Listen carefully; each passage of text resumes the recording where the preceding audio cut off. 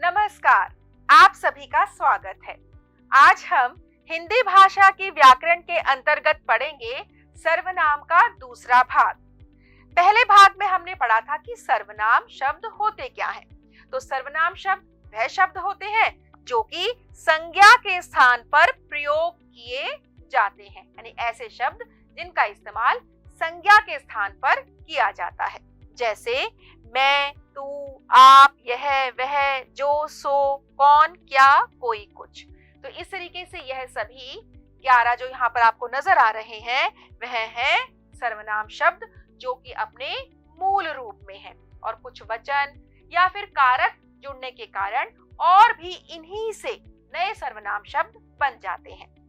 तो देखते हैं उदाहरण से, वह पढ़ रहा है। यहाँ पर एक शब्द है वह।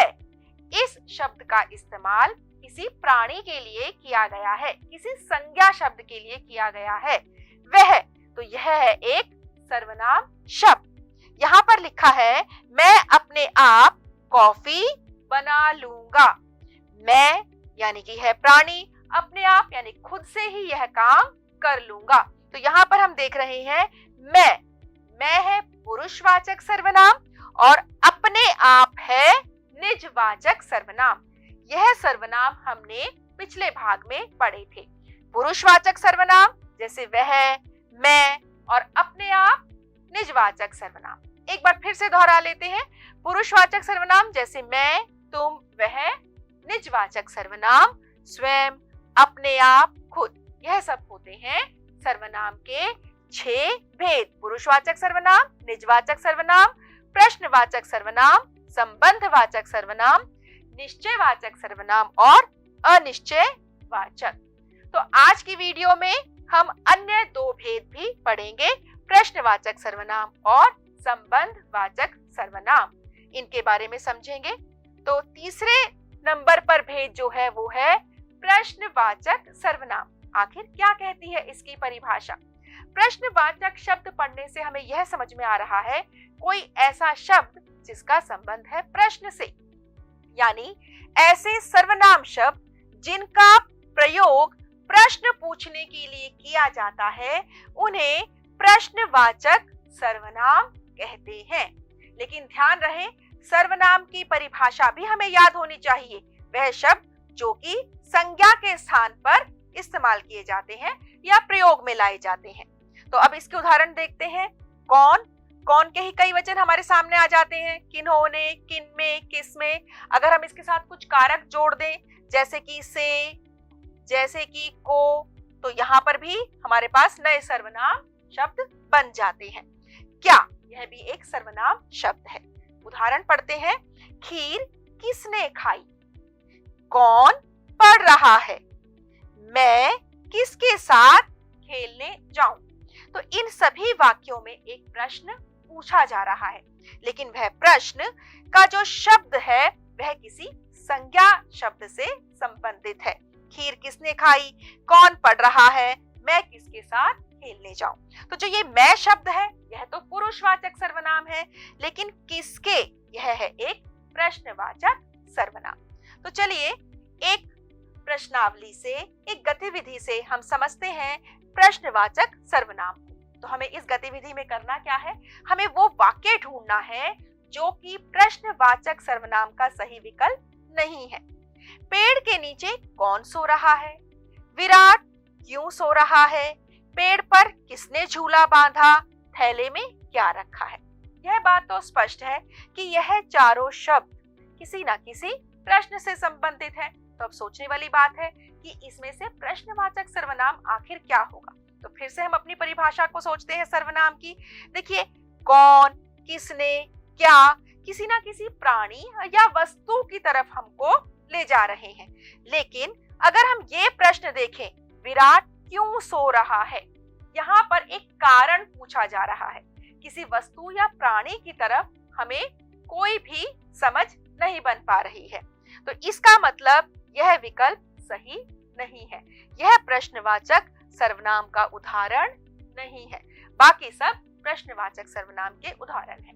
अब हम चलते हैं अपने चौथे भेद की तरफ, जिसका नाम है संबंधवाचक सर्वनाम। यानी कि यहाँ से भी इस शब्द से एक समझ बन रही है, संबंध यानी कि कोई रिलेशन। आखिर ये संबंध किसमें? तो एक वाक्य में जिस सर्वनाम शब्द से वाक्य में आए किसी दूसरे सर्वनाम शब्द से उसके संबंध का पता चलता है, उसे ही हम संबंधवाचक सर्वनाम कहते हैं।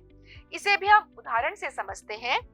जो करेगा वो भरेगा। जो और वो यहाँ पर एक सर्वनाम शब्द है, क्योंकि जो भी हमें और वो किसी प्राणी की तरफ हमें एक समझ बनाते हैं। जो, सो, जिसका, उसकी, ये सब सर्वनाम शब्द हैं। जरा इनका एक संबंध देखते हैं वाक्य में। जो करेगा वही भरेगा, यानी कि ये दोनों के दोनों किसी एक ही व्यक्ति से संबंधित हैं। जो सोता है सो खोता है, किसी एक चीज से संबंधित है। जिसका खेत उसकी फसल, जिस इंसान का, जिस किसान का खेत है उसकी फसल। यहाँ पर भी हम किसी एक ही प्राणी से अपना संबंध बनाते हैं। तो ये दोनों क्या हुए यहाँ पर? संबंधवाचक सर्वनाम। जो, वो, जो, सो, जिसका, उसकी। तो चलिए हम एक गतिविधि के माध्यम से, एक प्रश्नावली के माध्यम से फिर से समझते हैं संबंधवाचक सर्वनाम। तो अब हमें सही विकल्प ढूंढना है जिसमें संबंधवाचक सर्वनाम का प्रयोग किया गया हो। जिसने कहा था उसने बुलाया है। तुम घर पहुंच गए, हम भी घर पहुंच गए। कोई पढ़ रहा है, कोई शोर मचा रहा है। बालिका को पहचान लो, यह जीतेगी।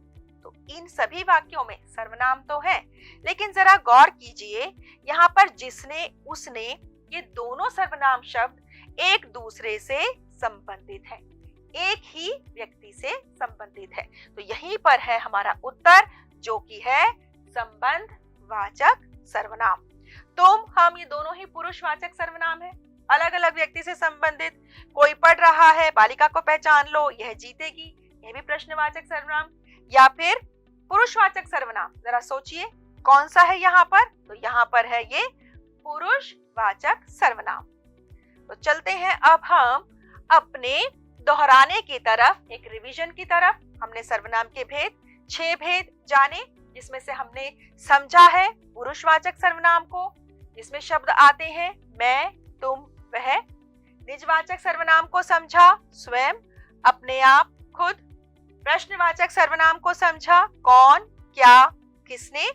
संबंधवाचक सर्वनाम, जिसकी, उसकी, जो, सो। इस प्रकार के जो शब्द हैं वह हमें इन भेद की तरफ लेकर जाते हैं या इनके बारे में बताते हैं। तो चलिए अब है एक बहुत ही छोटा सा आप सबके लिए गृह कार्य, अभ्यास कार्य। आप सभी इस कार्य को करेंगे। तब तक मैं लेती हूँ आप सबसे विदा। धन्यवाद।